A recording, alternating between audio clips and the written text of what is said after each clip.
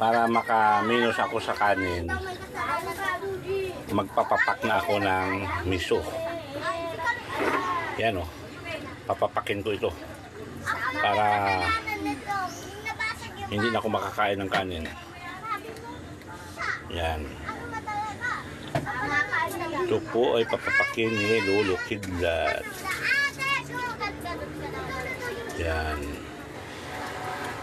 Yan. Yan. Ngayon, sabaw-sabaw. Yan.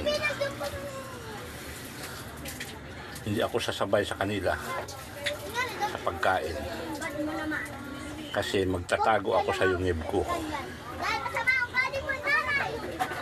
Yan. Yan. Ay, sumubra na. Balik. Yan po ay aking papapakin. Kasi magtatago na ako sa yungib ko doon sa kabilang bahay. Doon ako magsisilpon at magkuyak-kuyakoy. Walang kanin. Ito lang guys. Puro isda. Miso. Yan. Itong apan-apan. Mamaya ako natirahin to. Apan-apan. May bagoong yan. Alamang. Sarap. Yan.